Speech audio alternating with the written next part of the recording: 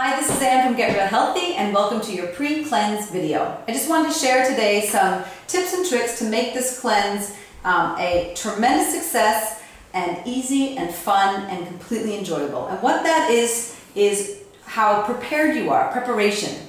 So let's get started.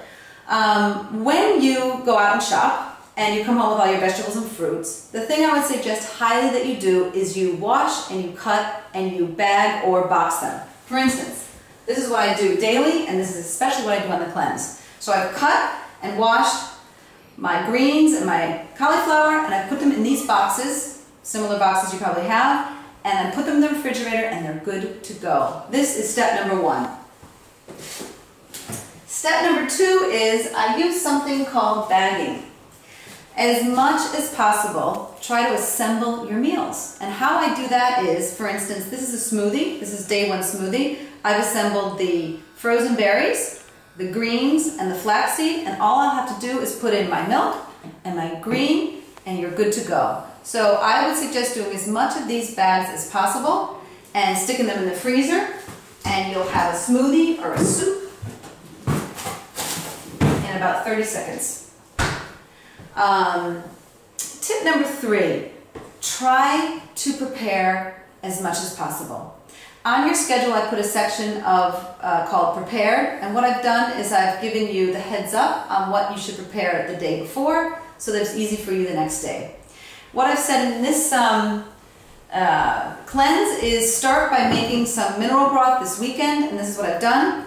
I've made one batch of mineral broth. And then what I did is, because you're going to be needing most likely two batches of this broth, I made this, and then I went ahead and I made vegetables for the second, I cut vegetables for the second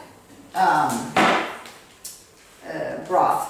So therefore I've labeled the bag, I'll put these vegetables in the bag, put this in the refrigerator or the freezer, and I'll feel as if I have two batches of this broth already done. It's a great feeling and it's easy.